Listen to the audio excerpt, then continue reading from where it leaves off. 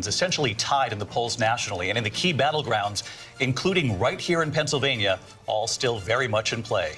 The ABC News presidential debate starts right now.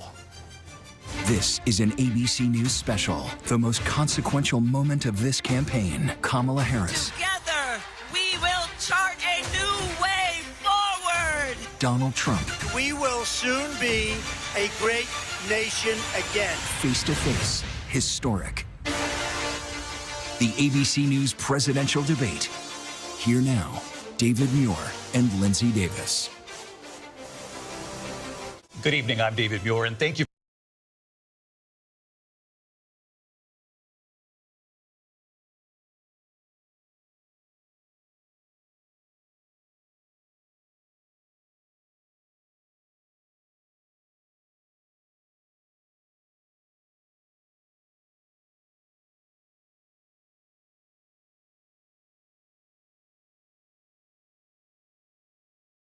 Thank you for joining us for tonight's ABC News presidential debate. We want to welcome viewers watching on ABC and around the world. And that brings us to the rules of tonight's debate. 90 minutes with 2 commercial breaks. No topics or questions have been shared with the campaigns. The candidates will have 2 minutes to answer questions, and this is the clock. That's what they'll be seeing. 2 minutes for rebuttals and 1 minute for follow-ups, clarifications, or responses. Their microphones will only be turned on when it's their turn to speak. No pre-written notes allowed. There is no audience here tonight in this hall at the National Constitution Center. This is an intimate setting for 2 candidates who have never met. President Trump won the coin toss. He chose to deliver the final closing statement of the evening. Vice President Harris selected the podium to the right. So let's now welcome the candidates to the stage. Vice President Kamala Harris and President Donald Trump.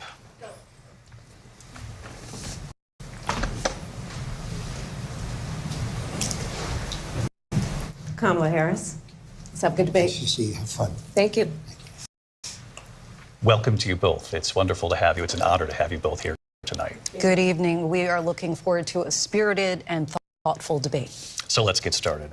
I want to begin tonight with the issue that voters repeatedly say is their #1 issue, and that is the economy and the cost of living in this country. Vice President Harris, you and President Trump were elected 4 years ago, and your opponent on the stage here tonight often asks his supporters, are you better off than you were 4 years ago? When it comes to the economy, do you believe Americans are better off than they were 4 years ago? So I was raised as a middle-class kid, and I am actually the only person on this stage who has a plan that is about lifting up the middle class and working people of America. I believe in the ambition, the aspirations, the dreams of the American people.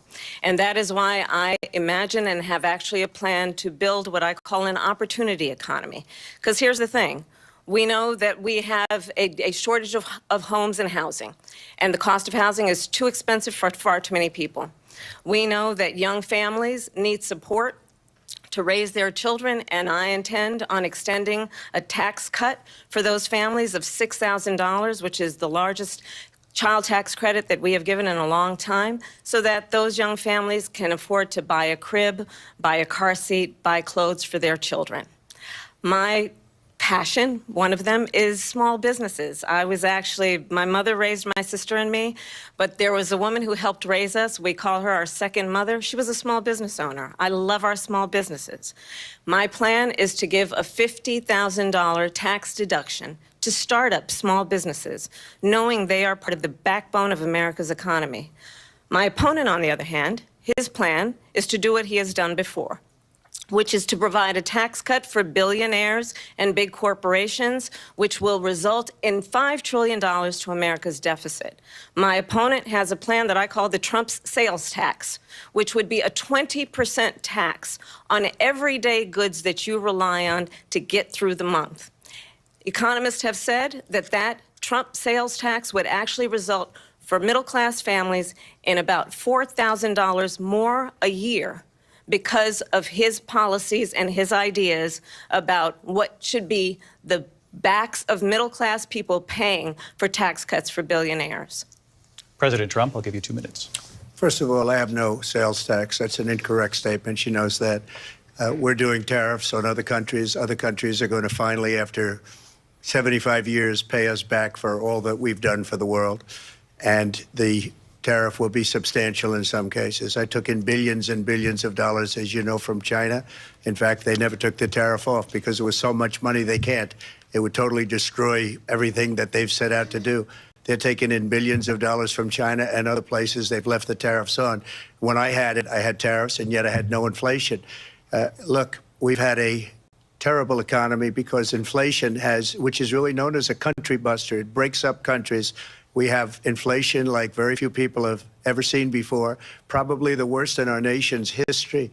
We were at 21%, but that's being generous because many things are 50, 60, 70, and 80% higher than they were just a few years ago.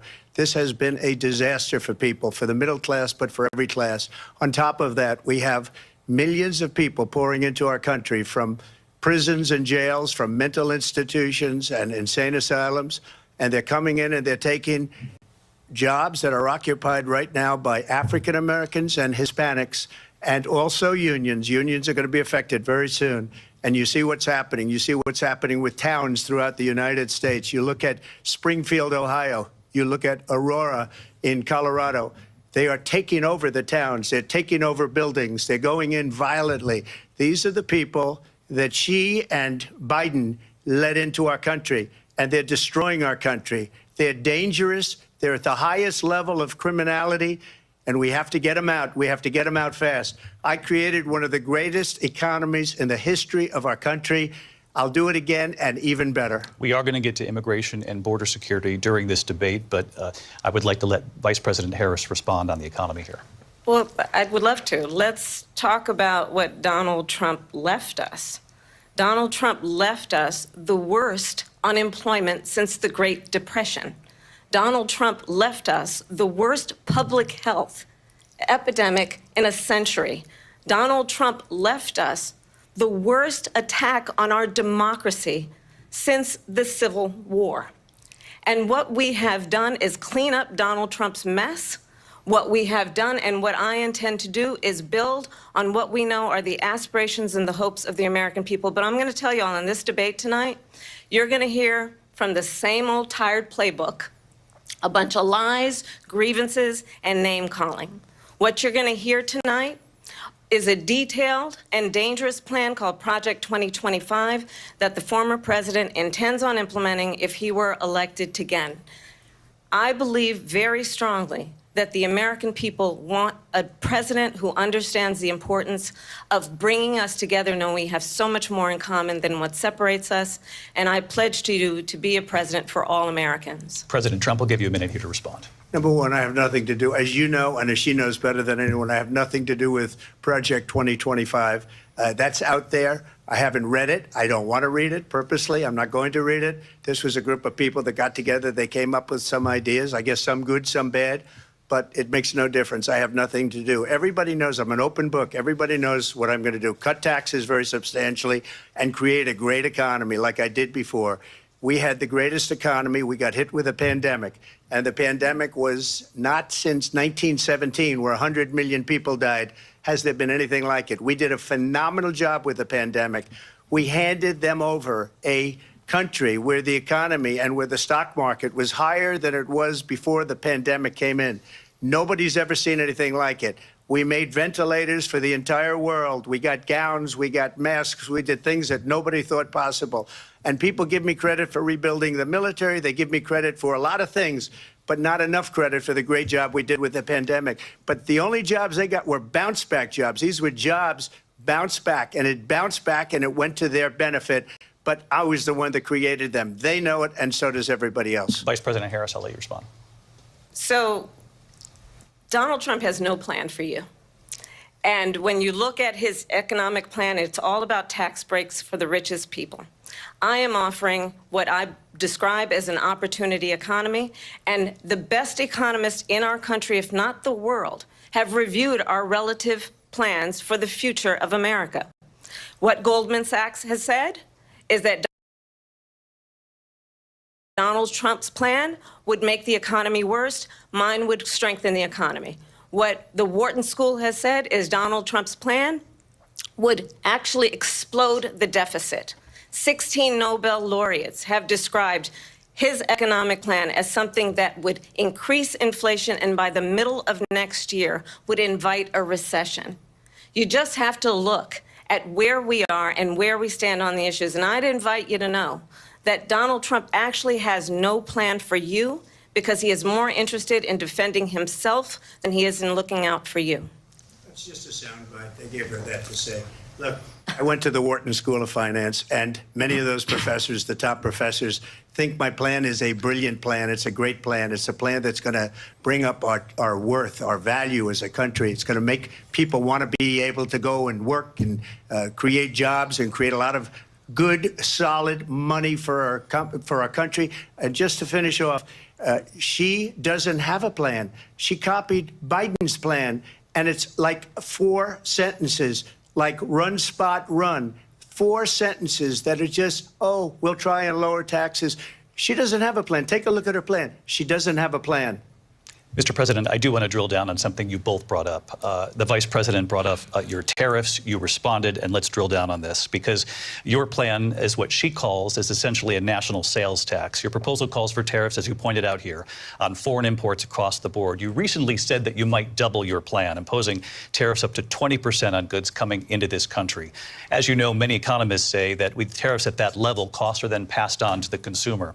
Vice President Harris has argued it'll mean higher prices on gas, food, clothing, medication, arguing it costs the typical family nearly $4,000 a year.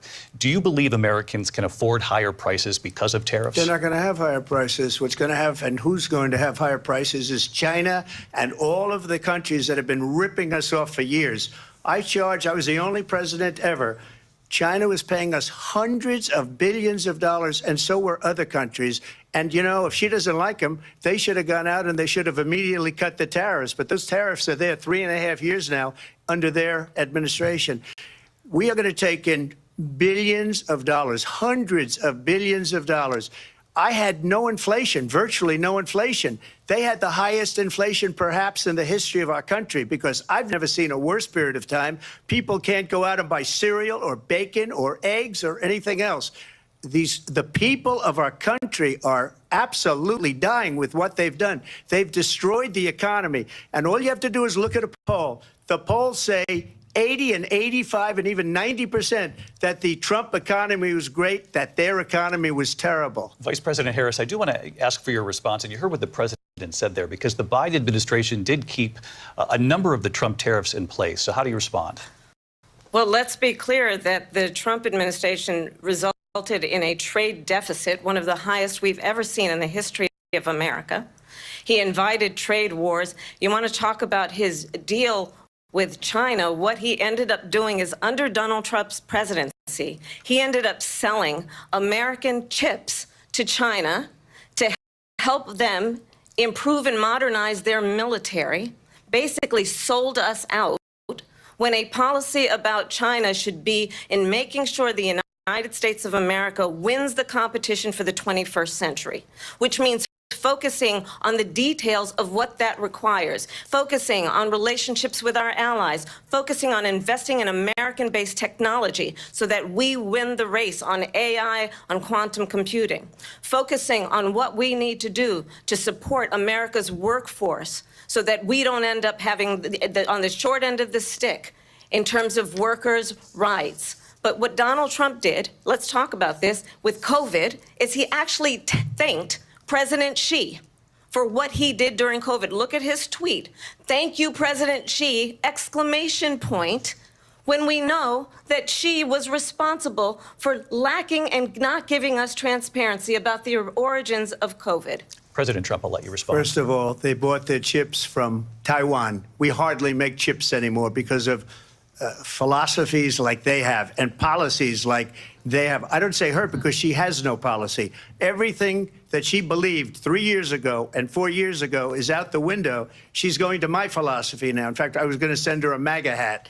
She's gone to my philosophy. But if she ever got elected, she'd change it. And it will be the end of our country. She's a Marxist. Everybody knows she's a Marxist. Her father's a Marxist professor in economics, and he taught her well. But when you look at what she's done to our country, and when you look at these millions and millions of people that are pouring into our country monthly, where it's, I believe, 21 million people, not the 15 that people say, and I think it's a lot higher than the 21. That's bigger than New York State pouring in. And just look at what they're doing to our country. They're criminals. Many of these people coming in are criminals. And that's bad for our economy, too. You know, you mentioned before, we'll talk about immigration later. Well, bad immigration is the worst thing that can happen to our economy. They have, and she has, destroyed our country with policy that's insane. Almost policy that you'd say they have to hate our country. President Trump, thank you. Lindsay? I want to turn to the issue of abortion. President Trump, you've often touted that you were able to kill Roe v. Wade. Last year, you said that you were proud to be the most pro-life president in American history. Then last month, you said that your administration would be great for women and their reproductive rights. In your home state of Florida, you surprised many with regard to your 6-week abortion ban because you initially had said that it was too short. And you said, quote, I'm going to be voting that we need more than 6 weeks. But then the very next day, you reversed course and said you would vote to support the 6-week ban. Vice President Harris says that women shouldn't trust you on the issue of abortion because you've changed your position so many times. Therefore, why should they trust you? Well, the reason I'm doing that vote is because the plan is, as you know, the vote is, they have abortion in the 9th month. They even have, and you can look at the governor of West Virginia, the previous governor of West Virginia, not the current governor, is doing an excellent job, but the governor before, he said the baby will be born and we will decide what to do with the baby. In other words, we'll execute the baby. And that's why I did that, because that predominates, because they're radical. The Democrats are radical in that. And her vice presidential pick, which I think was a horrible pick, by the way, for our country, because he is really out of it. But her vice presidential pick says abortion in the 9th month is absolutely fine. He also says execution after birth. It's execution, no longer abortion, because the baby is born, is okay. And that's not okay with me, hence the vote. But what I did is something for 52 years. They've been trying to get Roe v. Wade into the states. And through the genius and heart and strength of 6 Supreme Court justices, we were able to do that. Now, I believe in the exceptions for rape, incest, and life of the mother. I believe strongly in it. Ronald Reagan did also. 85% of Republicans do. Exceptions. Very important. But we were able to get it, and now states are voting on it. And for the first time, you're going to see, look, this is an issue that's torn our country apart for 52 years. Every legal scholar, every Democrat, every Republican, liberal, conservative, they all wanted this issue to be brought back to the states where the people could vote. And that's what happened. Now, Ohio, the vote was somewhat liberal. Kansas, the vote was somewhat liberal, much more liberal than people would have thought. But each individual state is voting. It's the vote of the people now. It's not tied up in the federal government. I did a great service in doing it. It took courage to do it. And the Supreme Court had great courage in doing it. And I give tremendous credit to those 6 justices. There is no state in this country where it is legal to kill a baby after it's born. Madam Vice President, I want to get your response to President Trump. Well, as I said, you're going to hear a bunch of lies, and that's not actually a surprising fact. Let's understand how we got here. Donald Trump hand-selected 3 members of the United States Supreme Court with the intention that they would undo the protections of Roe v. Wade.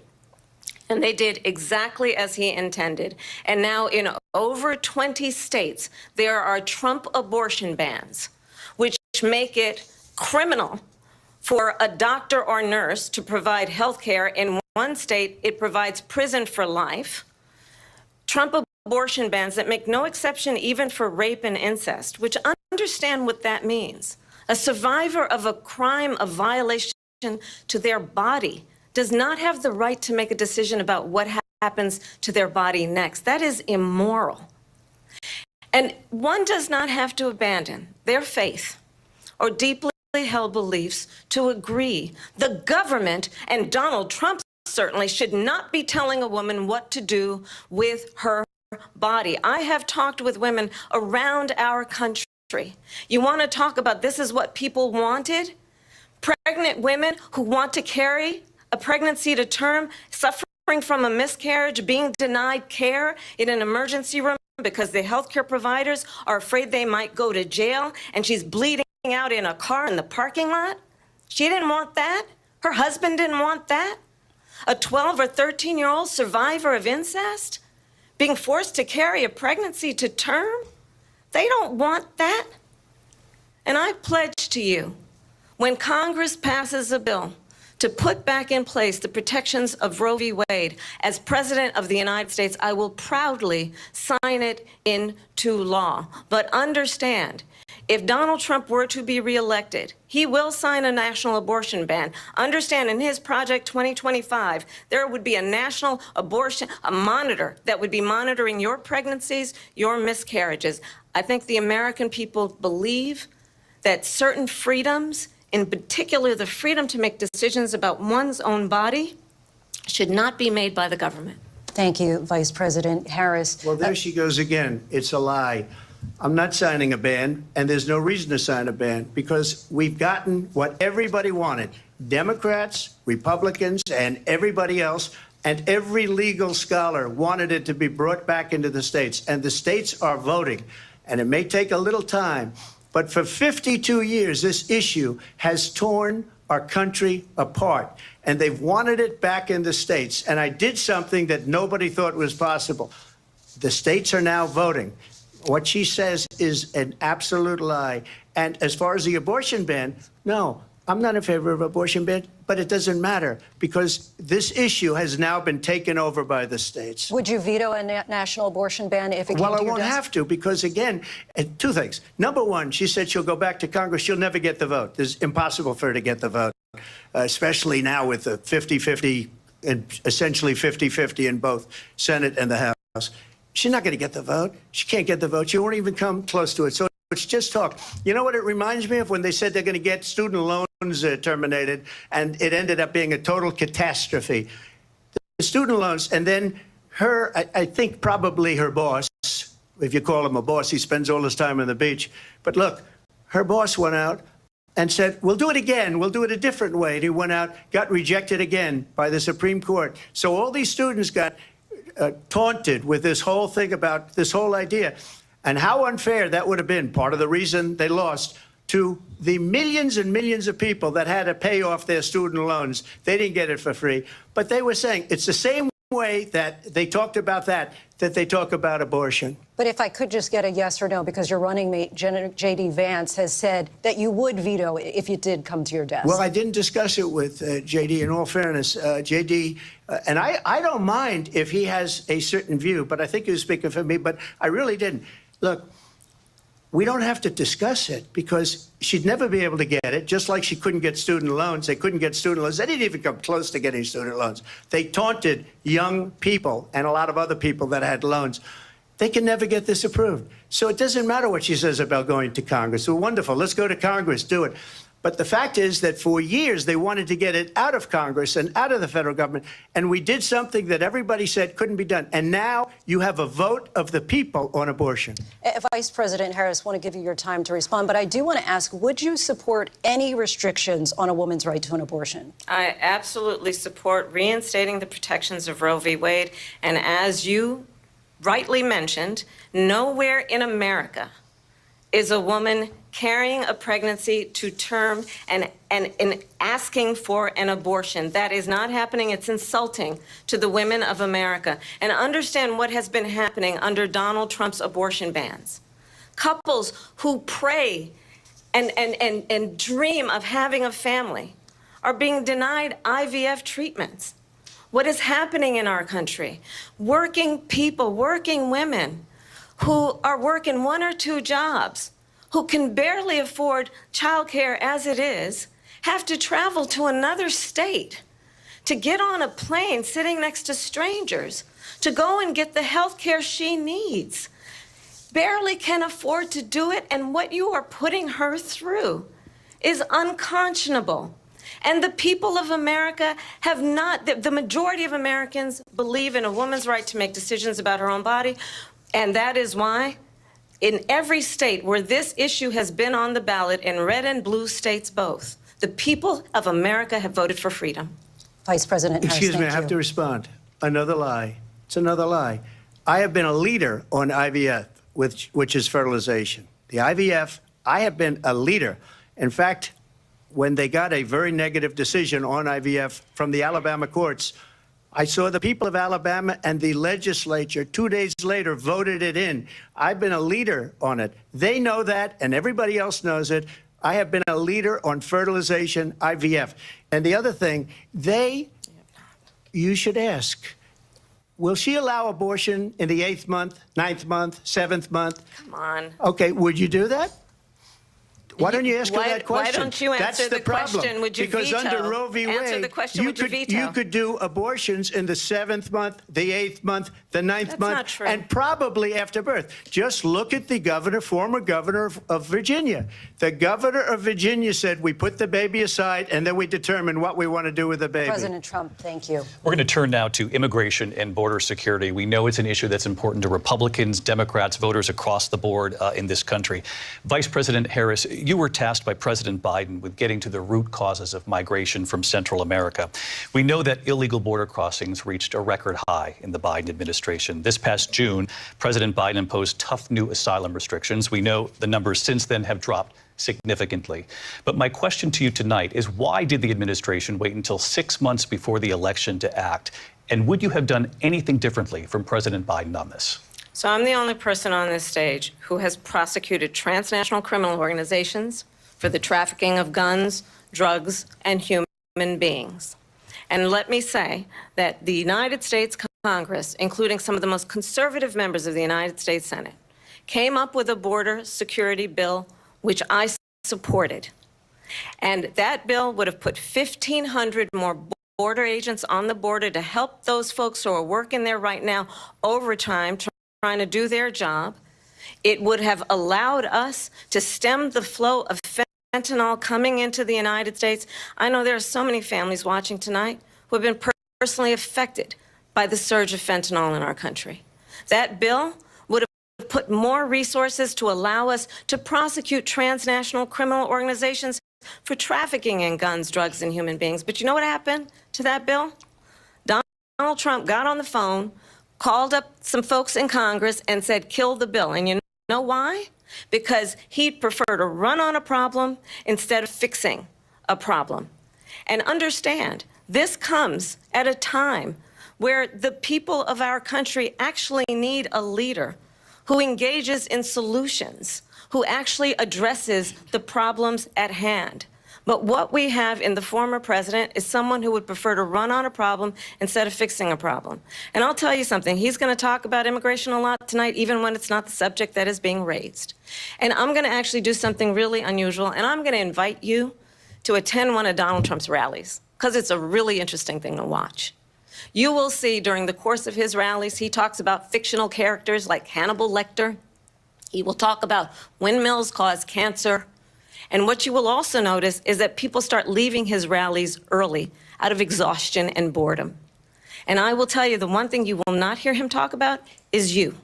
You will not hear him talk about your needs, your dreams, and your desires. And I'll tell you, I believe you deserve a president who actually puts you first, and I pledge to you that I will. Vice President Harris, thank you. President Trump, on that point, I want to get your response. Well, I would like to respond. Let me just ask, though, why did you try to kill that bill, and successfully so? That would have put thousands of additional agents and officers on the border. First, let me respond as to the Please. rallies. She said people start leaving. People don't go to her rallies. There's no reason to go. And the people that do go, she's bussing them in and paying them to be there, and then showing them in a different light. So she can't talk about that. People don't leave my rallies. We have the biggest rallies, the most incredible rallies in the history of politics. That's because people want to take their country back. Our country is being lost. We're a failing nation. And it happened 3.5 years ago. And what's going on here, you're going to end up in World War III, just to go into another subject. What they have done to our country by allowing these millions and millions of people to come into our country, and look at what's happening to the towns all over the United States. And a lot of towns don't want to talk. It's not going to be Aurora or Springfield. A lot of towns don't want to talk about it because they're so embarrassed by it. In Springfield, they're eating the dogs, the people that came in. They're eating the cats. They're eating the pets of the people that live there. And this is what's happening in our country, and it's a shame. As far as rallies are concerned, as far as the reason they go is they like what I say. They want to bring our country back. They want to make America great again. It's a very simple phrase, make America great again. She's destroying this country, and if she becomes president, this country doesn't have a chance of success. Not only success, we'll end up being Venezuela on steroids. I just want to clarify here. You bring up Springfield, Ohio, and ABC News did reach out to the city manager there. He told us there have been no credible reports of specific claims of pets being harmed, injured, or abused by individuals within the immigrant community. Well, I've seen people on television. Let me just say here, this is the people on television say my dog was taken and used for food. So maybe he said that, and maybe that's a good thing to say for a city manager. I'm not taking this from television. But the people on television saying their dog was eaten by the people that went there. Again, the Springfield city manager says there's no evidence of that. Vice President Harris, I'll let you respond to the rest of what you've heard. You talk about extreme. You know, this is, I think, one of the reasons why in this election I actually have the endorsement of 200 Republicans who have formerly worked with President Bush, Mitt Romney, and John McCain, including the endorsement of former Vice President Dick Cheney and Congress member Liz Cheney. And if you want to really know the inside track on who the former president is, if he didn't make it clear already, just ask people who have worked with him. His former chief of staff, a four-star general, has said he has contempt for the Constitution of the United States. His former national security advisor has said he is dangerous and unfit. His former Secretary of Defense has said the nation, the republic, would never survive another Trump term. And when we listen to this kind of rhetoric, when the issues that affect the American people are not being addressed, I think the choice is clear in this election. President Trump, I'll give you a quick minute. Were just killed, viciously and violently killed, and I got to know the parents and the family. They didn't fire. They should have fired all those generals, all those top people, because that was one of the most incompetently handled situations anybody has ever seen. So when somebody does a bad job, I fire him. And you take a guy like Esper. He was no good. I fired him. So he writes a book. Another one writes a book. Because with me, they can write books. With nobody else can they. But they have done such a poor job, and they never fire anybody. Look at the economy. Look at the inflation. They didn't fire any of their economists. They have the same people. That's a good way not to have books written about you. But just to finish, I got more votes than any Republican in history by far. In fact, I got more votes than any president, sitting president, in history by far. Let me continue on immigration. It was what you wanted to talk about earlier, so let's get back to your deportation proposal that the vice president has reacted to as well. President Trump, you call this the largest domestic deportation operation in the history of our country. You say you would use the National Guard. You say if things get out of control, you'd have no problem using the U.S. military. Police, yes. You also said you would use local police. How would you deport 11 million undocumented immigrants? I know you believe that number is much higher. Take us through this. What does this look like? Will authorities be going door to door in this country? Yeah, it is much higher because of them. They allowed criminals, many millions of criminals. They allowed terrorists. They allowed common street criminals. They allowed people to come in, drug dealers, to come into our country. And then now in the United States and told by their countries like Venezuela, don't ever come back or we're going to kill you. Do you know that crime in Venezuela and crime in countries all over the world is way down? You know why? Because they've taken their criminals off the street and they've given them to her to put into our country.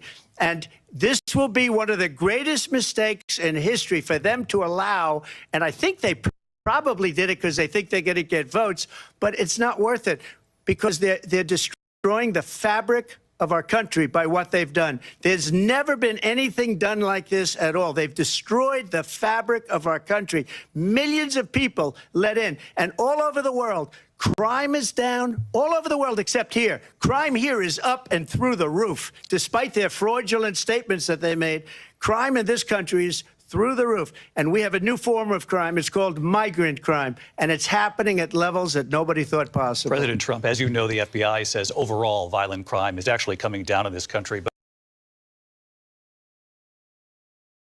Vice Excuse me, President the Harris, I'll FBI give you they were defrauding statements. They didn't include the worst cities. They didn't include the cities with the worst crime. It was a fraud, just like their number of 818,000 jobs that they said they created turned out to be a fraud. President Trump, thank you. I'll let you respond, Vice President Harris. Well, I think this is so rich, coming from someone who has been prosecuted for national security crimes, economic crimes, election interference, has been found liable for sexual assault, and his next big court appearance is in November at his own criminal sentencing.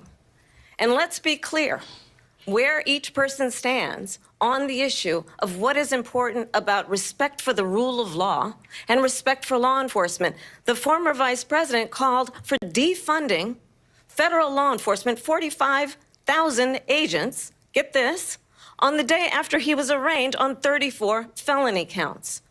So let's talk about what is important in this race. It is important that we move forward, that we turn the page on this same old tired rhetoric and address the needs of the American people, address what we need to do about the housing shortage, which I have a plan for, address what we must do to support our small businesses, address bringing down the price of groceries. But frankly, the American people are exhausted with this same old tired playbook. Vice President Harris, thank you. Excuse me. Every one of those cases was started by them against their political opponent. And I'm winning most of them, and I will win the rest on appeal. And you saw that with the decision that came down just recently from the Supreme Court.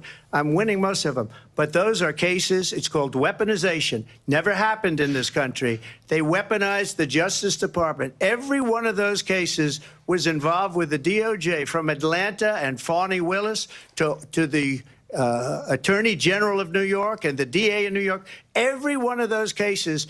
And then they say, oh, he's a criminal. They're the ones that made them go after me. By the way, Joe Biden was found essentially guilty on the documents case. And what happened in my documents case? They said, oh, that's the toughest of them all. A complete and total victory. 2 months ago, it was thrown out. It's weaponization, and they used it, and it's never happened in this country.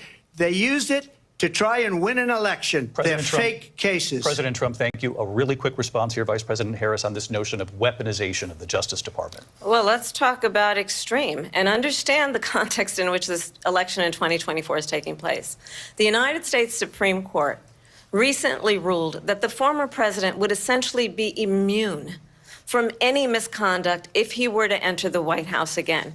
Understand, this is someone who has openly said he would terminate, I'm quoting, terminate the Constitution of the United States, that he would weaponize the Department of Justice against his political enemies.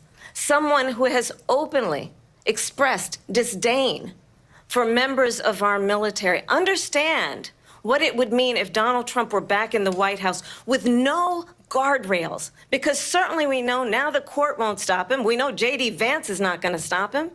It's up to the American people Vice President to stop Harris, him. Thank you. Lindsay? Vice President Harris, in your last run for president. This is the one that weaponized, not me. She weaponized. I probably took a bullet to the head because of the things that they say about me. They talk about democracy. I'm a threat to democracy. They're the threat to democracy with a fake Russia investigation We do have a lot that went nowhere. We have a lot to get to. Lindsay? Vice President Harris, in your last run for president, you said you wanted to ban fracking. Now you don't. You wanted mandatory government buyback programs for assault weapons. Now your campaign says you don't. You supported decriminalizing border crossings. Now you're taking a harder line. I know you say that your values have not changed. So then why have so many of your policy positions changed? So my values have not changed, and I'm going to discuss every one of the, at least every point that you've made. But in particular, let's talk about fracking, because we're here in Pennsylvania. I made that very clear in 2020. I will not ban fracking. I have not banned fracking as Vice President of the United States. And in fact, I was the tie-breaking vote on the Inflation Reduction Act, which opened new leases for fracking. My position is that we have got to invest in diverse sources of energy so we reduce our reliance on foreign oil. We have had the largest increase in domestic oil production in history because of an approach that recognizes that we cannot over-rely on foreign oil. As it relates to my values, let me tell you, I grew up a middle-class kid raised by a hardworking mother who worked and saved and was able to buy our first home when I was a teenager. The values I bring to the importance of home ownership, knowing not everybody got handed $400 million on a silver platter and then filed bankruptcy 6 times, is a value that I bring to my work to say we are going to work with the private sector and home builders to increase 3 million homes, increase by 3 million homes by the end of my first term. My work that is related to having a friend when I was in high school who was sexually assaulted by her stepfather. And my focus then on protecting women and children from violent crime is based on a value that is deeply grounded in the importance of standing up for those who are most vulnerable. My work that is about protecting Social Security and Medicare is based on long-standing work that I have done, protecting seniors from scams. My values have not changed. And what is important is that there is a president who actually brings values and a perspective that is about lifting people up and not beating people down. And name-calling. The true measure of the leader is the leader who actually understands the strength is not in beating people down, it's in lifting people up. I intend to be that president.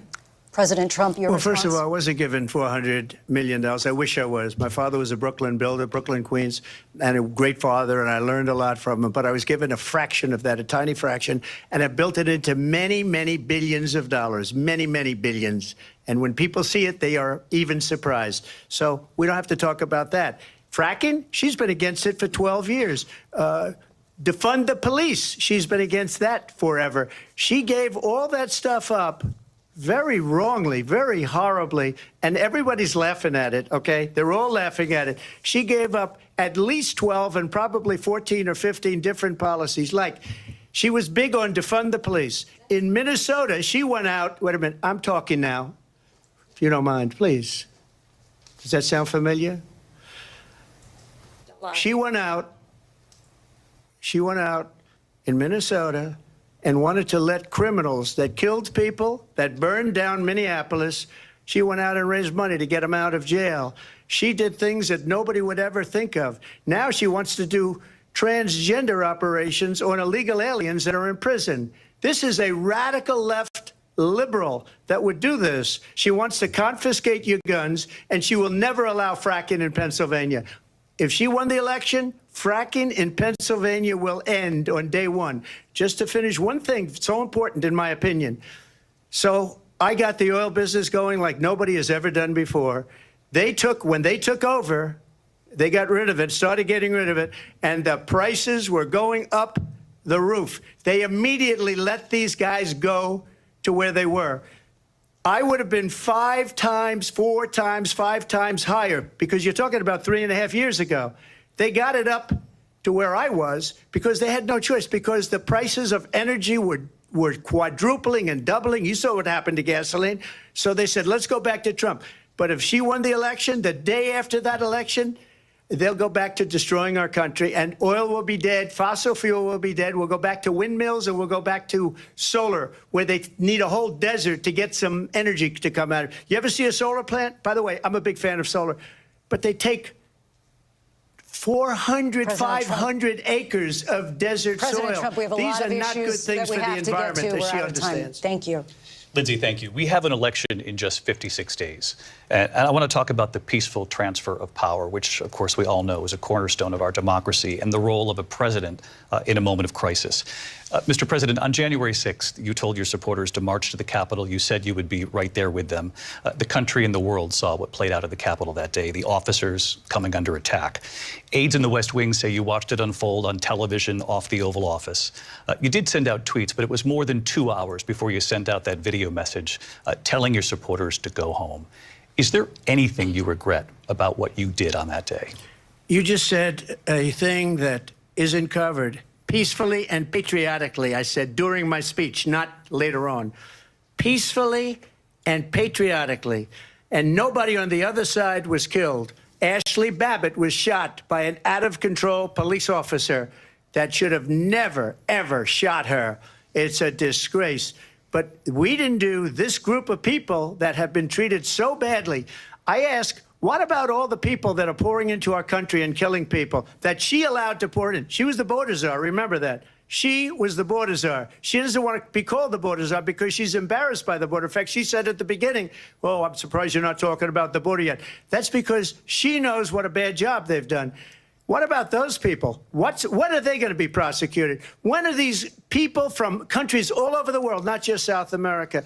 They're coming in from all over the world, David, all over the world.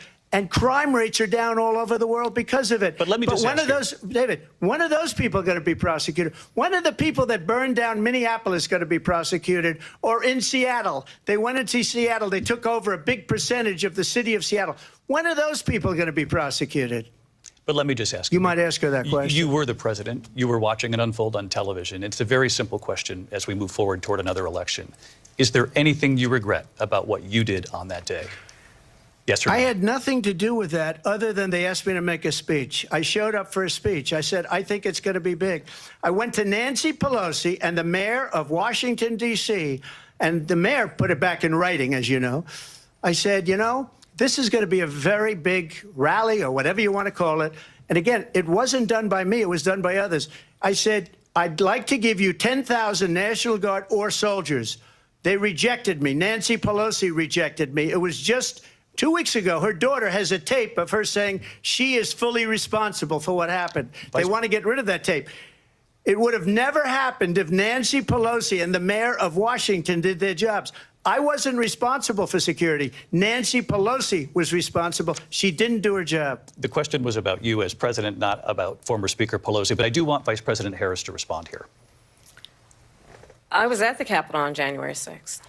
I was the vice president-elect. I was also an acting senator. I was there. And on that day, the President of the United States incited a violent mob to attack our nation's capital, to desecrate our nation's capital. On that day, 140 law enforcement officers were injured, and some died. And understand, the former president has been indicted and impeached for exactly that reason. But this is not an isolated situation. Let's remember Charlottesville, where there was a mob of people carrying tiki torches, spewing anti-Semitic hate. And what did the president then at the time say? There were fine people on each side. Let's remember that when it came to the Proud Boys, a militia, the president said, the former president said, stand back and stand by. So for everyone watching who remembers what January 6th was, I say, we don't have to go back. Let's not go back. We're not going back. It's time to turn the page. And if that was a bridge too far for you, well, there is a place in our campaign for you to stand for country, to stand for our democracy, to stand for rule of law, and to end the chaos, and to end the approach that is about attacking the foundations of our democracy because you don't like the outcome. And be clear on that point. Donald Trump, the candidate, has said in this election there will be a bloodbath if this and the outcome of this election is not to his liking. Let's turn the page on this. Let's not go back. Let's chart a course for the future and not go backwards to the past. Let me just follow up here. It was a different term, and it was a term that related to energy because they have destroyed our energy business. That was where bloodbath was. Also, on Charlottesville, that story has been, as you would say, debunked. Laura Ingraham, Sean Hannity, Jesse, all of these people, they covered it. If they go an extra sentence, they will see it was perfect. It was debunked in almost every newspaper, but they still bring it up, just like they bring 2025 up. They bring all of this stuff up. I ask you this. You talk about the Capitol. Why are we allowing these millions of people to come through on the southern border? How come she's not doing anything? And I'll tell you what I would do, and I would be very proud to do it. I would say we would both leave this debate right now. I'd like to see her go down to Washington, D.C. during this debate, because we're wasting a lot of time. Go down to, because she's been so bad, it's so ridiculous. Go down to Washington, D.C. and let her sign a bill to close up the border, because they have the right to do it. They don't need bills. They have the right to do it. The President of the United States, you'll get him out of bed, you'll wake him up at 4 o'clock in the afternoon, you'll say, come on down to the office, let's sign a bill. If he signs a bill that the border is closed, all he has to do is say it to the Border Patrol, who are phenomenal. If they do that, the border is closed. Mr. Those President, people are killing many people, unlike J6. We talked immigration here tonight. I do want to focus on this next issue to both of you, because it really brings us this into focus, truth in these times that we're living in. Mr. President, for 3.5 years after you lost the 2020 election, you repeatedly falsely claimed that you won, many times saying you won in a landslide. In the past couple of weeks leading up to this debate, you have said, quote, you lost by a whisker, that you, quote, didn't quite make it, that you came up a little bit short. I said that? Are you now acknowledging that you lost in 2020? No, I don't acknowledge that at all. But I you said did that say sarcastically. You know that. It was said, oh, we lost by a whisker. That was said sarcastically. Look, there's so much proof. All you have to do is look at it. And they should have sent it back to the legislatures for approval. I got almost 75 million votes, the most votes any sitting president has ever gotten. I was told if I got 63, which was what I got in 2016, you can't be beaten. The election, people should never be thinking about an election as fraudulent. We need two things. We need walls, and we have to have it. We have to have borders, and we have to have good elections. Our elections are bad. And a lot of these illegal immigrants coming in, they're trying to get them to vote. They can't even speak English. They don't even know what country they're in practically. And these people are trying to get them to vote. And that's why they're allowing them to come into our country. I did watch all of these pieces of video. I didn't detect the sarcasm, lost by a whisker. We didn't quite make it. And we should just point out here as clarification, and you know this, you and your allies, 60 cases in front of many judges, many of them Republican, judge looked at it and said they said no we didn't have standing. That's the other thing. They said we didn't have standing, a technicality. Can you imagine a system where a person in an election doesn't have standing? The President of the United States doesn't have standing. That's how we lost. If you look at the facts, and I'd love to have you'll do a special on it, I'll show you Georgia, and I'll show you Wisconsin, and I'll show you Pennsylvania, and I'll show you. We have so many facts and statistics, but you know what? That doesn't matter, because we have to solve the problem that we have right now. That's old news. And the problem that we have right now is we have a nation in decline, and they have put it into decline. We have a nation that is dying, David. Mr. President, thank you. Vice President Harris, you heard the president there tonight. He said he didn't say that he lost by a whisker. So he still believes he did not lose the election that was won by President Biden and yourself. But I do want to ask you about something that's come up in the last couple of days. This was a post from President Trump about this upcoming election just weeks away. He said, when I win, those people who cheated, and then he lists donors, voters, election officials, he says will be prosecuted to the fullest extent of the law, which will include long-term prison sentences. One of your campaign's top lawyers responded saying, we won't let Donald Trump intimidate us. We won't let him suppress the vote. Is that what you believe he's trying to do here? Donald Trump was fired by 81 million people. So let's be clear about that. And clearly he is having a very difficult time processing that. But we cannot afford to have a president of the United States who attempts, as he did in the past, to upend the will of the voters in a free and fair election. And I'm going to tell you that I have traveled the world as Vice President of the United States, and world leaders are laughing at Donald Trump. I have talked with military leaders, some of whom worked with you, and they say you're a disgrace. And when you then talk in this way in a presidential debate and deny what over and over again are court cases you have lost because you did, in fact, lose that election, it leads one to believe that perhaps we do not have in the candidate to my right the temperament or the ability to not be confused about fact. That's deeply troubling, and the American people deserve better. I'll give you 1 minute to respond, Mr. President. Let me just say about world leaders. Viktor Orban, one of the most respected men, they call him a strong man. He's a tough person, smart. Prime Minister of Hungary. They said, why is the whole world blowing up? 3 years ago, it wasn't. Why is it blowing up? He said, because you need Trump back as president. They were afraid of him. China was afraid, and I don't like to use the word afraid, but I'm just quoting him. China was afraid of him. North Korea was afraid of him.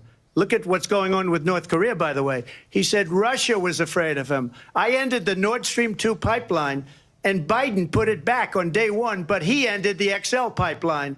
The XL pipeline in our country, he ended that. But he let the Russians build a pipeline going all over Europe and heading into Germany, the biggest pipeline in the world. Look, Viktor Orban said it. He said the most respected, most feared person is Donald Trump. We had no problems when Trump was president, but when this weak, pathetic man that you saw at a debate just a few months ago, that if he weren't in that debate, he'd be running instead of her. She got no votes. He got 14 million votes. What you did, you talk about a threat to democracy. He got 14 million votes, and they threw him out of office. And you know what? I'll give you a little secret. He hates her. He can't stand her. But he got 14 million votes. They threw him out. She got 0 votes. And when she ran, she was the first one to leave because she failed. And now she's running. I don't understand it, but I'm okay with it because your time is I up. think we're going to do very well. We've got a lot more to get to. Turning now to the Israel-Hamas war and the hostages who are still being held, Americans among them. Vice President Harris, in December, you said, quote, Israel has a right to defend itself, but you added, quote, it matters how, saying international humanitarian law must be respected. Israel must do more to protect innocent civilians. You said that 9 months ago. Now an estimated 40,000 Palestinians are dead. Nearly 100 hostages remain. Just last week, Prime Minister Benjamin Netanyahu said there's not a deal in the making. President Biden has not been able to break through the stalemate. How would you do it? Well, let's understand how we got here. On October 7, Hamas, a terrorist organization, slaughtered 1,200 Israelis. Many of them young people who were simply attending a concert. Women were horribly raped. And so absolutely, I said then, I say now, Israel has a right to defend itself. We would. And how it does so matters. Because it is also true, far too many innocent Palestinians have been killed. Children, mothers. What we know is that this war must end. It must end immediately, and the way it will end is we need a ceasefire deal and we need the hostages out. And so we will continue to work around the clock on that. Work around the clock, also understanding that we must chart a course for a two-state solution. And in that solution, there must be security for the Israeli people and Israel, and in equal measure for the Palestinians.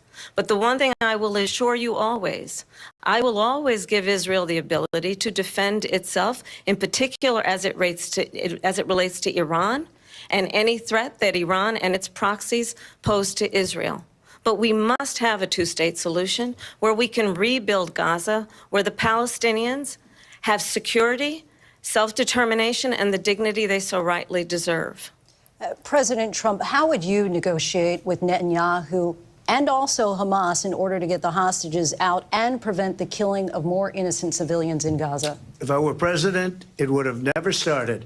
If I were president, Russia would have never, ever, I know Putin very well, he would have never, and there was no threat of it either, by the way, for 4 years, have gone into Ukraine and killed millions of people when you add it up, far worse than people understand what's going on over there.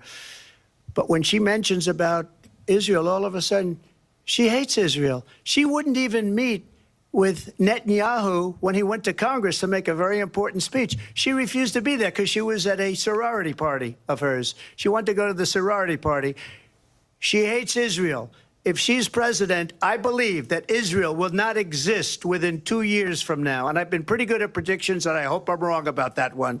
She hates Israel. At the same time, in her own way, she hates the Arab population because the whole place is going to get blown up. Arabs, Jewish people, Israel will be gone. It would have never happened. Iran was broke under Donald Trump. Now Iran has $300 billion because they took off all the sanctions that I had. Iran had no money for Hamas or Hezbollah or any of the 28 different spheres of terror, and they are spheres of terror, horrible terror. They had no money. It was a big story, and you know it. You covered it very well, actually. They had no money for terror. They were broke. Now they're a rich nation, and now what they're doing is they're spreading that money around. Look at what's happening with the Houthis and Yemen. Look at what's going on in the Middle East. This would have never happened. I will get that settled and fast, and I'll get the war with Ukraine and Russia ended. If I'm president-elect, I'll get it done before even becoming president. Vice President Harris, he says you hate Israel. That's absolutely not true. I have my entire career and life supported Israel and the Israeli people. He knows that. He's trying to, again, divide and distract from the reality, which is it is very well known that Donald Trump is weak and wrong on national security and foreign policy. It is well known that he admires dictators, wants to be a dictator on day one, according to himself. It is well known that he said of Putin that he can do whatever the hell he wants and go into Ukraine. It is well known that he said when Russia went into Ukraine, it was brilliant. It is well known he exchanged love letters with Kim Jong-un. And it is absolutely well known that these dictators and autocrats are rooting for you to be president again because they're so clear. They can manipulate you with flattery and favors. And that is why so many military leaders who you have worked with have told me you are a disgrace. That is why we understand that we have to have a president who is not consistently weak on Vice national President security, Harris. including the importance of upholding and respecting in highest regard our military. Vice President Harris, thank you. And she's the one that called that's weak on national security by allowing every day last month for the year, 100 countries, the crime rates are way down. Putin endorsed her last week, said, I hope she wins. And I think he meant it because what he's gotten away with is absolutely incredible. It wouldn't have happened with me. The leaders of other countries think that they're weak and incompetent, and they are. They're grossly incompetent. And I just ask one question. Why does Biden go in and kill the Keystone Pipeline and approve the single biggest deal that Russia's ever made, Nord Stream 2, the biggest pipeline anywhere in the world going to Germany and all over Europe?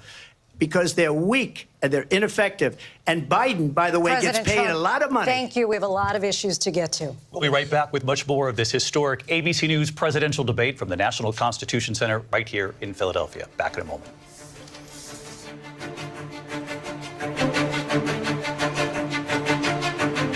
The ABC News presidential debate will continue after this.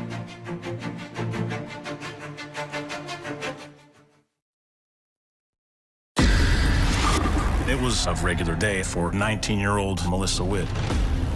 She went to meet her mom at a bowling church league, but she never makes it into the bowling alley.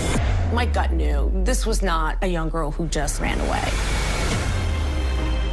New information and pools of blood were found by detectives. I'd just love to have her back more than anything in the world. It is a heart-wrenching day for the family of Melissa Witt. Police found the body in the Ozark National Forest.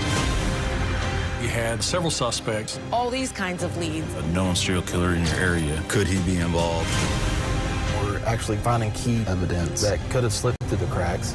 You're looking for that game-changing piece. Her last hours on this earth were probably the most horrific a person can experience. This beautiful young girl. Police will find out what happened. At Wit's End, the hunt for a killer, only on Hulu. Baywatch is a fantasy. When you hear that theme song,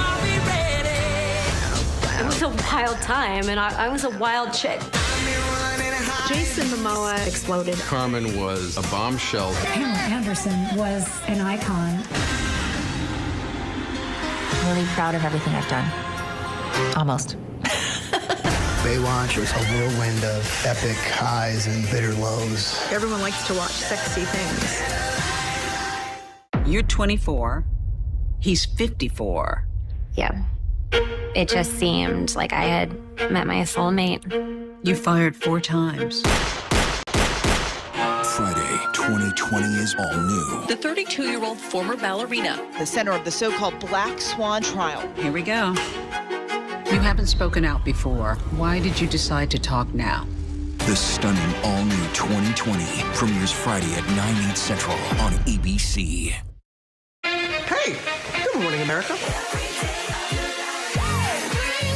Good morning, America. Good morning, America. Are you ready? They are ready. Covering the biggest events in the country right now. There's a lot going on here this morning.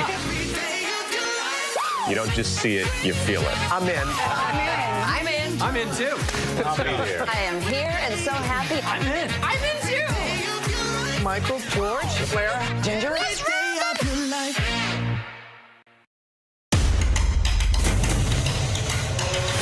This is Impact by Nightline. Are you kidding me? My sense was that everybody around him was afraid of him. Brittany describes having a secret abortion that not even her family knew about. What's going on with Kate? What is the relationship like between Harry and William today? What did people start to say? You look great. Are you on Ozempic? I told the kids, I said, I'm not even gonna let you eat breakfast until you get your chores done. She talks about tough love and harsh punishment. No, it's abuse. I think Scott Peterson murdered his wife and his child. Prove me wrong. Do you feel the church accepted abuse? Yep, that's him. Ready? Does your church protect sexual predators? How do you top the most watched season yet? Fabulous. It's a bit erotic, a bit exotic. You have no idea. Impact by Nightline. The all-new season premieres this September, only on Hulu. Let's go. We are heading into the unknown. Oh my gosh. We just saw what no one has seen before. Hammer, hammer, hammer. It doesn't get any more cutting edge than this.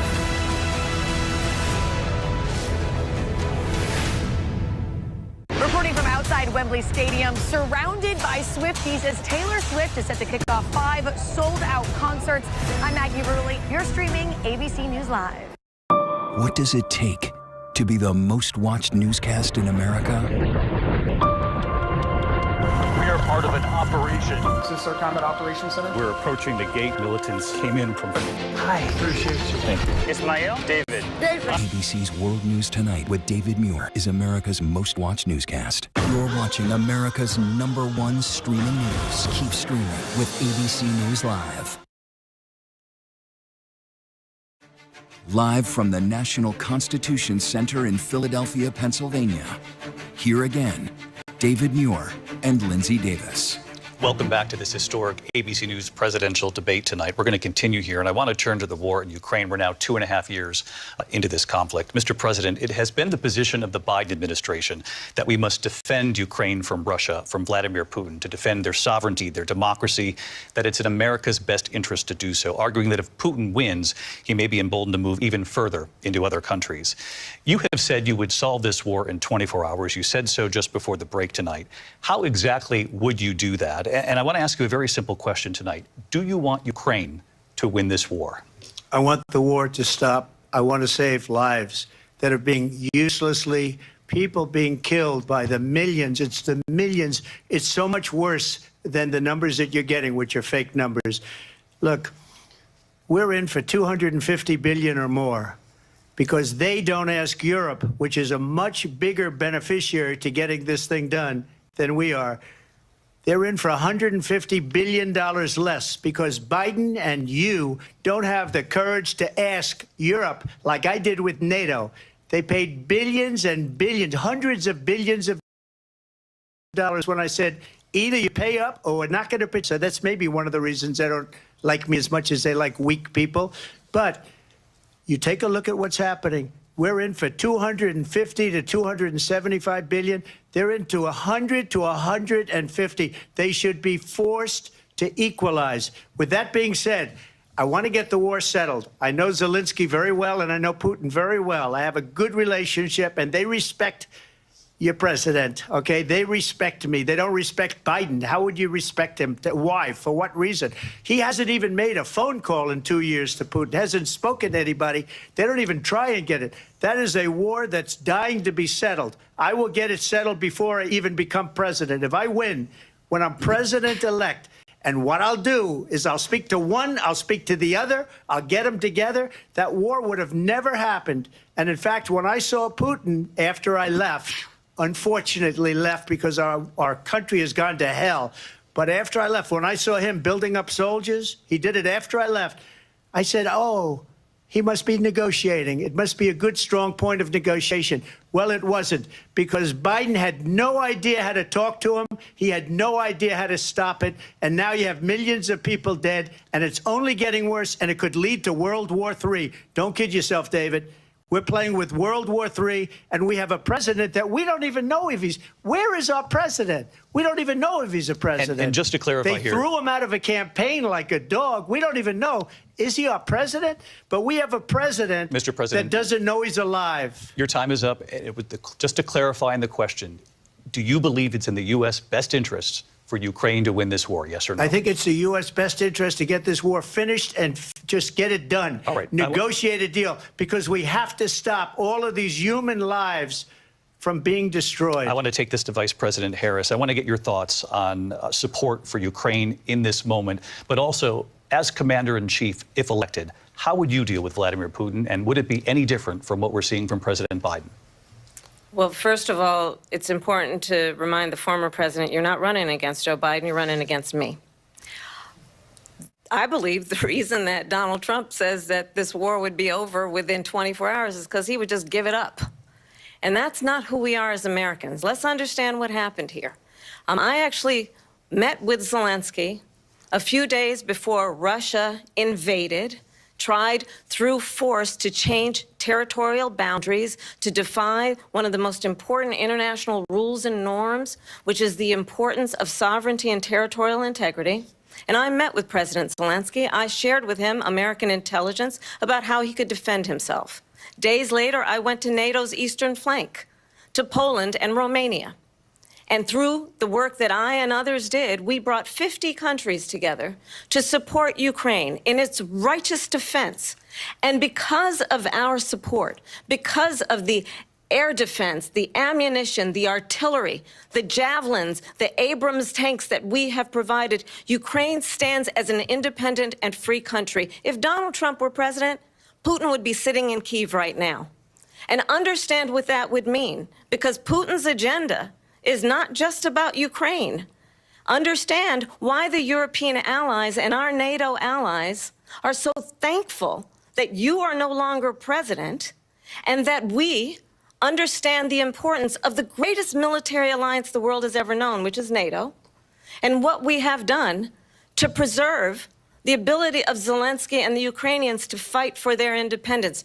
Otherwise, Putin would be sitting in Kyiv with his eyes on the rest of Europe, starting with Poland. And why don't you tell the 800,000 Polish Americans right here in Pennsylvania how quickly you would give up for the sake of favor and what you think is a friendship with what is known to be a dictator who would eat you for lunch. Vice President Harris, thank you. We've heard from both of you on Ukraine tonight. Afghanistan came up in the last hour. I wanted her to respond to something you said earlier, and please, I'll give you a minute here. Putin would be sitting in Moscow, and he wouldn't have lost 300,000 men and women, but he would have been sitting in Moscow. Quiet, please. He would have been sitting in Moscow, much happier than he is right now. But eventually, you know, he's got a thing that other people don't have. He's got nuclear weapons. They don't ever talk about that. He's got nuclear weapons. Nobody ever thinks about that. And eventually, maybe he'll use them, and maybe he hasn't been that threatening, but he does have that. Something we don't even like to talk about. Nobody likes to talk about it. But just so you understand, they sent her to negotiate peace before this war started. 3 days later, he went in and he started the war because everything they said was weak and stupid. They said the wrong things. That war should have never started. She was the emissary. They sent her in to negotiate with Zelensky and Putin, and she did. and the war started 3 days later. And that's the kind of talent we have with her. She's worse than Biden. In my opinion, I think he's the worst president in the history of our country. She goes down as the worst vice president in the history of our country. But let me tell you something. She is a horrible negotiator. They sent her in to negotiate. As soon as they left, Putin did the invasion. President Trump, thank you. You did bring up something. You said she went to negotiate with Vladimir Putin. Vice President Harris, have you ever met Vladimir Putin? Can you clarify tonight? Yet again, I said it at the beginning of this debate, you're going to hear a bunch of lies coming from this fellow. And that is another one. When I went to meet with President Zelensky, I've now met with him over 5 times. The reality is it has been about standing as America always should, as a leader upholding international rules and norms, as a leader who shows strength, understanding that the alliances we have around the world are dependent on our ability to look out for our friends and not favor our enemies because you adore strongmen instead of caring about democracy. And that is very much what is at stake here. The President of the United States is commander-in-chief, and the American people have a right to rely on a president who understands the significance of America's role and responsibility in terms of ensuring that there is stability and ensuring we stand up for our principles and not sell them for the benefit of personal flattery. We've talked about Ukraine and Vladimir Putin. I do want to talk about Afghanistan. It came up in the first hour of this debate. I want to move on to Afghanistan. Stoltenberg said Trump did the most amazing thing I've ever seen. He got these countries, the 28 countries at the time, to pay up. He said, I've never seen. He's the head of NATO. He said, I've never seen. For years, we were paying almost all of NATO. We were being ripped off by European nations, both on trade and on NATO. I got them to pay up by saying one of the statements you made before, if you don't pay, we're not going to protect you. President Otherwise, Trump. we would have never gotten it. He said it was one of the most incredible jobs that he's ever seen done. Thank you. I want to turn to Afghanistan. It came up in the first hour of the debate, and we witnessed a poignant moment today on Capitol Hill, honoring the soldiers who died in the chaotic withdrawal from Afghanistan. I do want to ask the Vice President, do you believe you bear any responsibility in the way that withdrawal played out? Well, I will tell you, I agreed with President Biden's decision to pull out of Afghanistan. 4 presidents said they would, and Joe Biden did.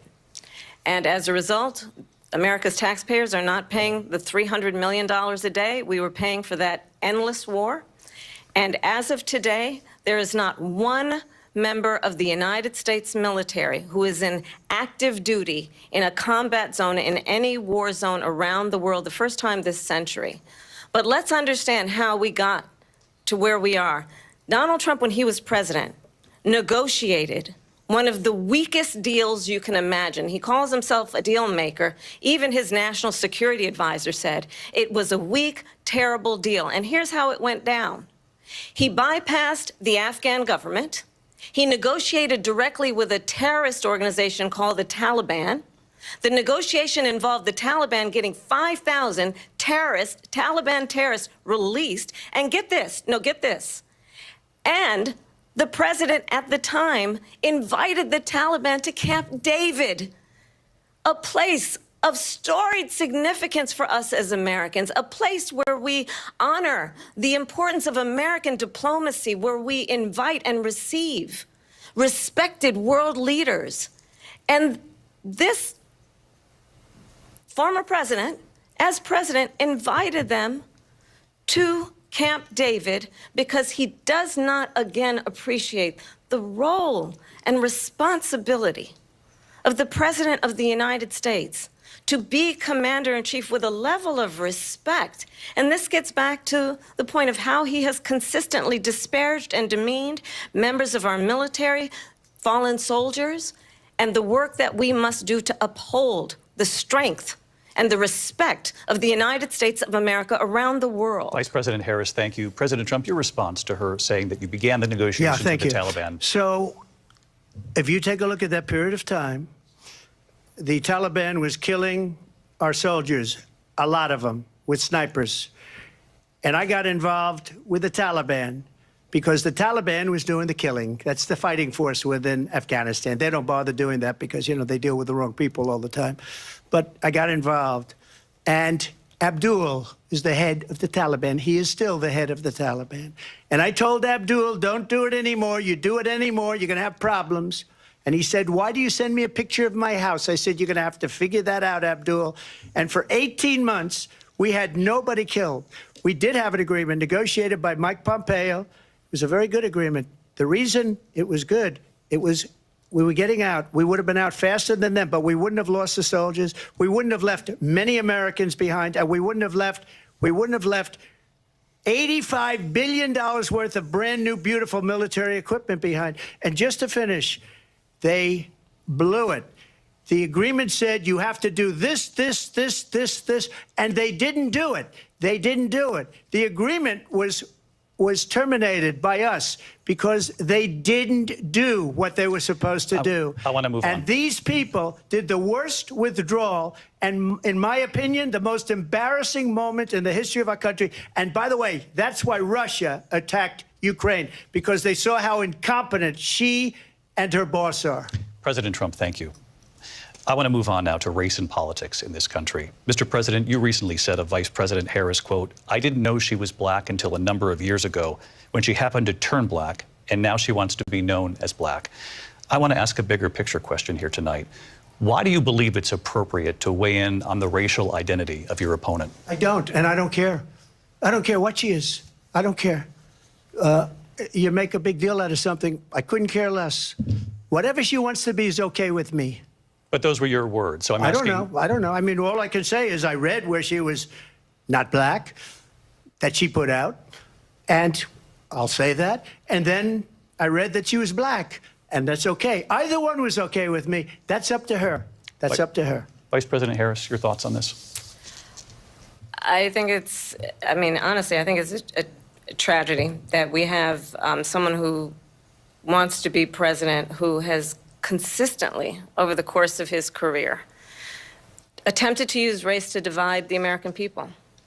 You know, I do believe that the vast majority of us know that we have so much more in common than what separates us, and we don't want this kind of approach that is just constantly trying to divide us, and especially by race. And let's remember how Donald Trump started. He was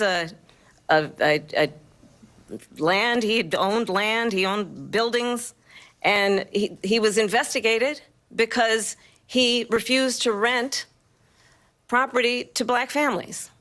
Let's remember, this is the same individual who took out a full-page ad in the New York Times calling for the execution of 5 young black and Latino boys who were innocent, the Central Park 5. Took out a full-page ad calling for their execution. This is the same individual who spread birther lies about the first black president of the United States. And I think the American people want better than that, want better than this, want someone who understands, as I do, I travel our country. We see in each other a friend. We see in each other a neighbor. We don't want a leader who is constantly trying to have Americans point their fingers at each other. I meet with people all the time who tell me, can we please just have discourse about how we're going to invest in the aspirations and the ambitions and the dreams of the American people? Knowing that regardless of people's color or the language their grandmother speaks, we all have the same dreams and aspirations and want a president who invests in those, not in hate and division. Vice President Harris, thank you. Lindsay? President Trump, this is now your 3rd time.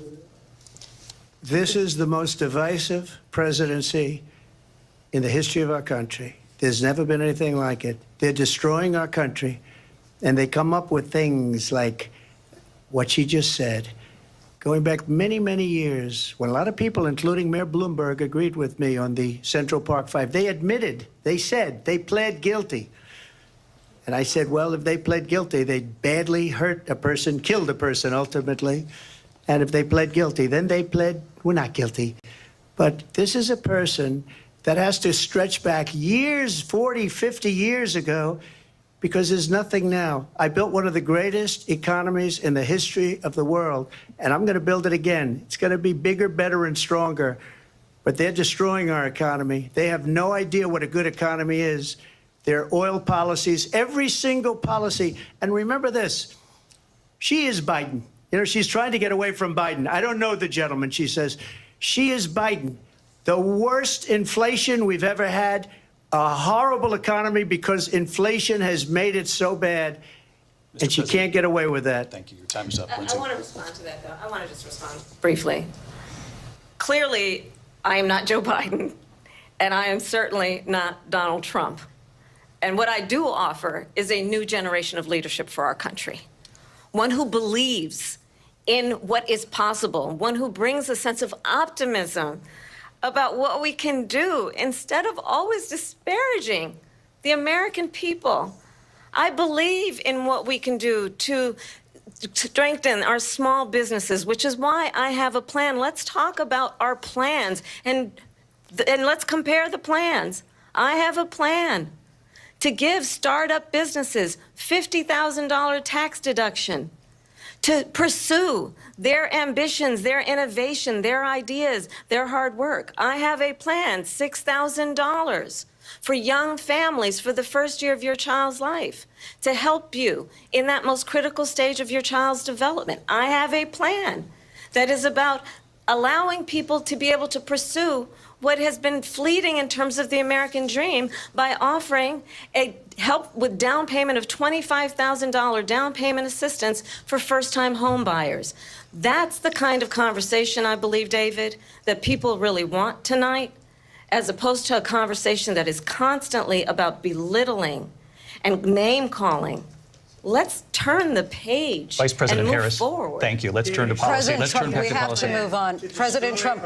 Let's turn to policy, She please. has a plan to defund the police. She has a plan to confiscate everybody's gun. President Trump, she we has do a have to plan move to on to not other allow issues. fracking in Pennsylvania or anywhere else. Okay. Thank you, That's Mr. what her President. plan is until just recently. I just need Lindsay, to go ahead. respond President because Trump, the President former Trump. president has said No, I'm something sorry. twice that I need to No, respond to. I'm sorry. We're I just going need to move on, respond Vice one President time Harris. to what he has President said Trump, this is multiple now times. your Yes. third time running for president. You have long vowed to repeal and replace the Affordable Care Act, also known as Obamacare. You have failed to accomplish that. You now say you're going to keep Obamacare, quote, unless we can do something much better. Correct. Last month, you said, quote, we're working on it. So tonight, 9 years after you first started running, do you have a plan, and can you tell us what it is? Obamacare was lousy health care, always was. It's not very good today.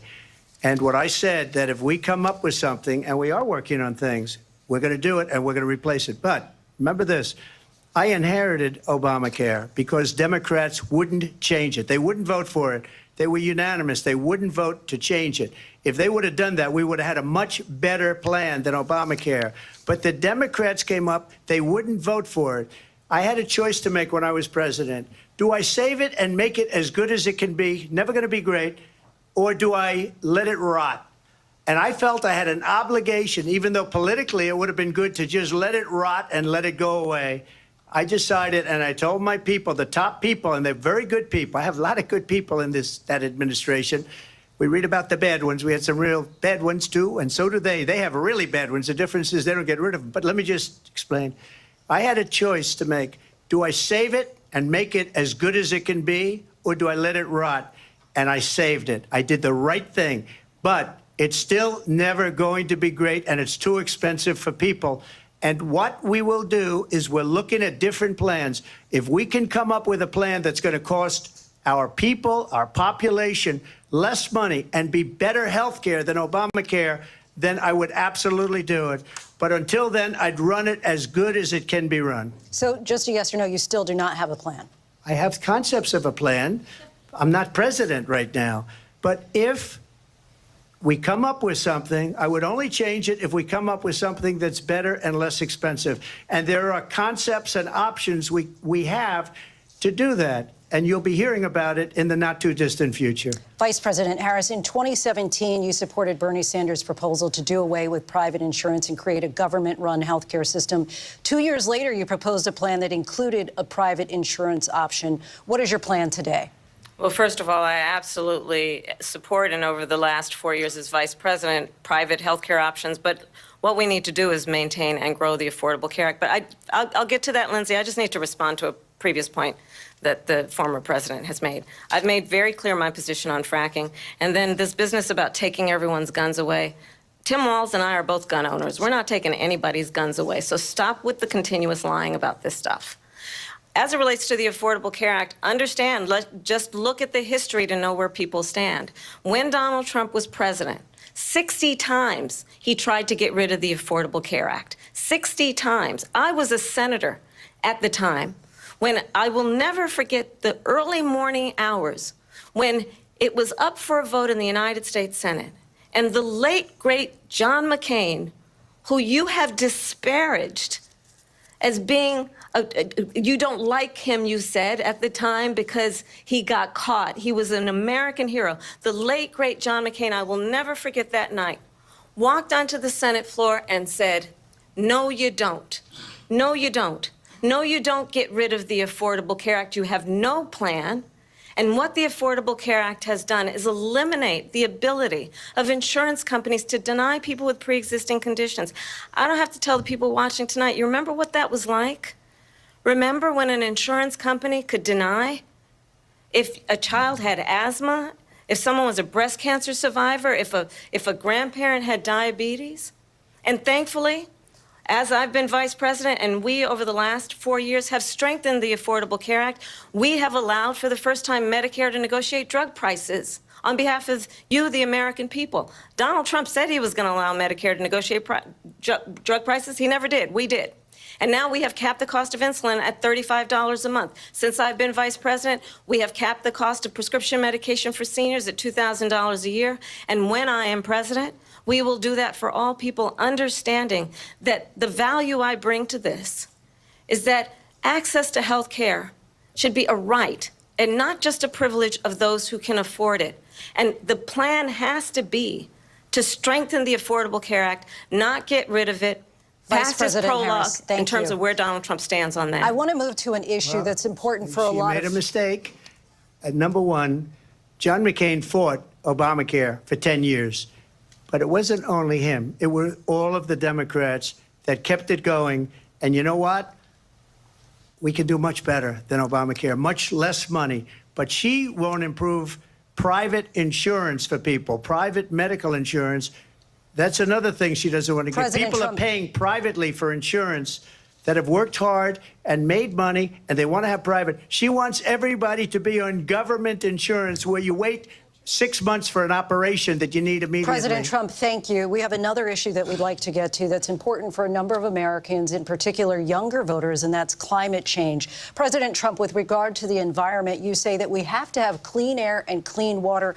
Vice President Harris, you call climate change an existential threat. The question to you both tonight is, what would you do to fight climate change? And Vice President Harris, we'll start with you. 1 minute for you each. Well, the former president had said that climate change is a hoax. And what we know is that it is very real. You ask anyone who lives in a state who has experienced these extreme weather occurrences, who now is either being denied home insurance or it's being jacked up. You ask anybody who has been the victim of what that means in terms of losing their home, having nowhere to go. We know that we can actually deal with this issue. The young people of America care deeply about this issue. And I am proud that as vice president over the last 4 years, we have invested $1 trillion in a clean energy economy, while we have also increased domestic gas production to historic levels. We have created over 800,000 new manufacturing jobs while I have been vice president.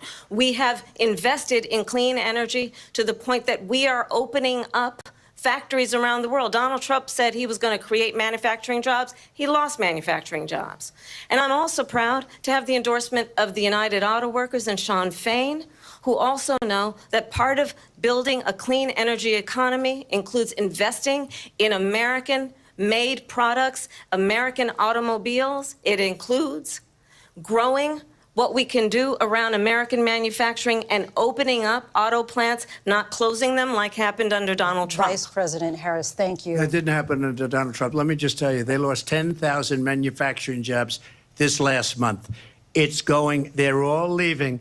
They're building big auto plants in Mexico, in many cases owned by China. They're building these massive plants, and they think they're going to sell their cars into the United States because of these people. What they have given to China is unbelievable.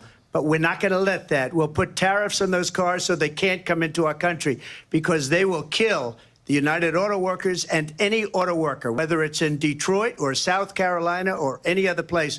What they've done to business and manufacturing in this country is horrible. We have nothing because they refuse. You know, Biden doesn't go after people because supposedly China paid him millions of dollars. He's afraid to do it. Between him and his son, they get all this money from Ukraine. They get all this money from all of these different countries. And then you wonder, why is he so loyal to this one, that one, Ukraine, China? Why is he? Why did he get $3.5 million from the mayor of Moscow's wife? Why did she pay him $3.5 million?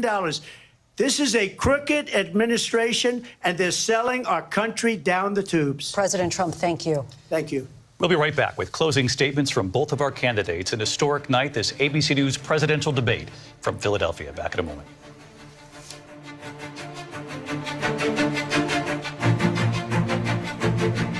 The ABC News presidential debate will continue after this.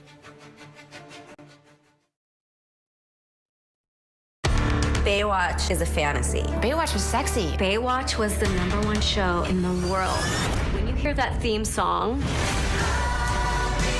I had no idea how much fun I was going to have. It was addicting. People were just eating that stuff alive. it was a wild time, and I was a wild chick. Jason Momoa exploded. Carmen was a bombshell. Pamela Anderson was an icon. Pamela was the sweet girl from Canada who came to get the American dream. I'm really proud of everything I've done. Almost. Baywatch was a whirlwind of epic highs and bitter lows. It was a lot of pressure. Everybody was disposable, and if you didn't fit into their brand, you were gone. Greed, lust, fame. Everyone likes to watch sexy things. Betrayal is one of the hardest types of trauma to overcome. This is her knight in shining armor. Everything felt right. All of a sudden, I found this hidden folder. I opened it. I don't think I can say it. I'm sorry. It's shocking. My stomach just dropped. He just really didn't think I had it in me to do something. So I did. Betrayal, A Father's Secret, the all-new season on Hulu. You're 24. He's 54. Yeah. It just seemed like I had met my soulmate. You fired 4 times. Friday, 2020 is all new. The 32-year-old former ballerina, the center of the so-called Black Swan trial. Here we go. You haven't spoken out before. Why did you decide to talk now? The stunning all-new 2020 premieres Friday at 9/8 Central on ABC. Nominations, mornings, evenings, late night, weekends, streaming 24/7. 40 Emmy nominations. Thank you for making ABC News America's #1 news. Get ready, America, every Friday. The hottest trends, styles, and must-have. What's the right stuff to buy right now? I really love that. It's time to buy the right stuff. Yes! And save big time, too. The right stuff. Fridays on GMA. You're going to love it. This is Impact by Nightline. Are you kidding me? My sense was that everybody around him was afraid of him. Brittany describes having a secret abortion that not even her family knew about. What's going on with Kate? What is the relationship like between Harry and William today? What did people start to say? You look great. Are you on Ozempic? I told the kids, I said, I'm not even gonna let you eat breakfast until you get your chores done. She talks about tough love and harsh punishment. No, it's abuse. I think Scott Peterson murdered his wife and his child. Prove me wrong. Do you feel the church accepted abuse? Yep, that's him. Yep. Ready? Does your church protect sexual predators? How do you top the most watched season yet? Fabulous. It's a bit erotic, a bit exotic. You have no idea. Impact by Nightline. The all-new season premieres this September, only on Hulu. If you were coming of age in the 1980s, the Brat Pack was near the center of your cultural awareness. But for those of us experiencing it from the inside, the Brat Pack was something very different. If you could have the Brat Pack name not exist, would you? I hated the Brat Pack. What a disaster. Why did we take it as an offense? I'm not going to say we were the Beatles or anything. Well, we did fill Shea Stadium. 1985? I think we could have. Let's go. We are heading into the unknown. Oh my gosh. We just saw what no one has seen before. Well, dead ahead. Tag on! Hammer, hammer, hammer. It doesn't get any more cutting edge than this.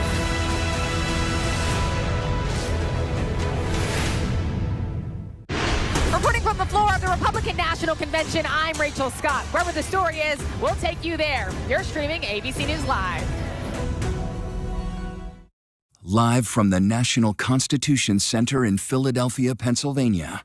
Here again, David Muir and Lindsay Davis. Welcome back tonight. The time has come for closing statements, and Vice President Harris, we begin with you. So I think you've heard tonight two very different visions for our country. One that is focused on the future, and the other that is focused on the past, and an attempt to take us backward. But we're not going back. And I do believe that the American people know we all have so much more in common than what separates us. And we can chart a new way forward.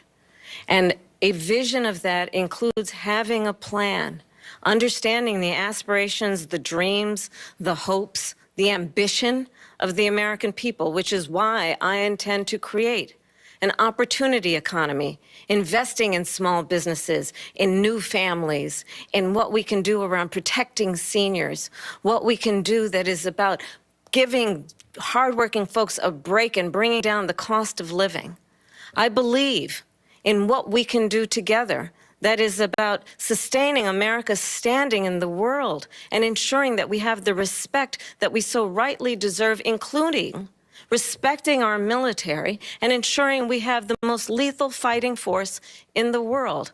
I will be a president that will protect our fundamental rights and freedoms, including the right of a woman to make decisions about her own body and not have her government tell her what to do. I'll tell you, I started my career as a prosecutor. I was a DA, I was an attorney general, a United States senator, and now vice president. I've only had one client, the people. And I'll tell you, as a prosecutor, I never asked a victim or a witness, are you a Republican or a Democrat? The only thing I ever asked them, are you okay? And that's the kind of president we need right now. Someone who cares about you and is not putting themselves first. I intend to be a president for all Americans and focus on what we can do over the next 10 and 20 years to build back up our country by investing right now in you, the American people. Vice President Harris, thank you. President Trump? So she just started by saying she's going to do this, she's going to do that, she's going to do all these wonderful things. Why hasn't she done it? She's been there for 3.5 years. They've had 3.5 years to fix the border.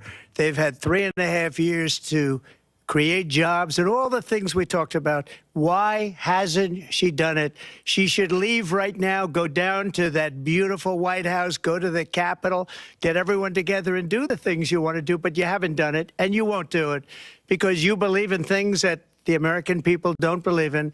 You believe in things like we're not going to frack. We're not going to take fossil fuel. We're not going to do things that are going to make this country strong, whether you like it or not. Germany tried that, and within 1 year, they were back to building normal energy plants. We're not ready for it. We can't sacrifice our country for the sake of bad vision. But I just ask one simple question. Why didn't she do it? We're a failing nation. We're a nation that's in serious decline. We're being laughed at all over the world. All over the world, they're laughed. I know the leaders very well. They're coming to see me. They call me. We're laughed at all over the world. They don't understand what happened to us as a nation. We're not a leader. We don't have any idea what's going on. We have wars going on in the Middle East. We have wars going on with Russia and Ukraine. We're going to end up in a third world war, and it'll be a war like no other because of nuclear weapons, the power of weaponry. I rebuilt our entire military. She gave a lot of it away to the Taliban. She gave it to Afghanistan. What these people have done to our country, and maybe toughest of all, is allowing millions of people to come into our country. Many of them are criminals, and they're destroying our country. The worst president, the worst vice president in the history of our country. President Trump, thank you. And that is our ABC News presidential debate from here in Philadelphia at the National Constitution Center. I'm Lindsay Davis. And I'm David Muir. Thank you for watching here in the U.S. and all over the world, and from all of us here at ABC News. Good night. Thank you. And we are here live on ABC with our post-debate comments. I'm Martha Raddatz. It was a lively debate, from the economy to abortion to Afghanistan. They had it all, and it was historic. John Karl, fiery. Wow. Wow. Wow. That was quite a debate. And I'm Jonathan Karl here with, of course, Mary Bruce and Rachel Scott. Our reporters across the news division have been updating our live blog, looking at some of the allegations made back and forth, doing fact checks. You can find all of that on abcnews.com. But I would like to replay the moment at the very start of this debate, because it was quite a moment. The handshake. And if you look, Let's have a good day. Thank you. I mean, quite a moment. First of all, because we hadn't seen a handshake. We hadn't seen a handshake in a long time. She initiated that one. And Yeah, she did. not only did she initiate it, she walked over to him and sought him out, put the hands out, and also made the first words. And probably had a plan if he hadn't put his hand out either. Interesting. So Martha, bottom line, what did you think? I think clearly what Kamala Harris wanted to do was be the candidate of hope, the candidate of the future. Donald Trump seemed angry within 4 minutes. I think we saw him going from very serious at the beginning, never really seemed to look at her, to just angry. I mean, really yelling at some points, trying to make his points. I don't think we heard a lot of policy and plans on either side of that, despite those questions over and over again. But what you had was that optic. You had Kamala Harris looking over, baiting him again and again and again. The microphones were muted when they weren't speaking, but many times she didn't need a microphone. You watch Donald Trump get mad, scowl through things. And, you know, John, we were all talking leading up to this about how this would go, what Donald Trump he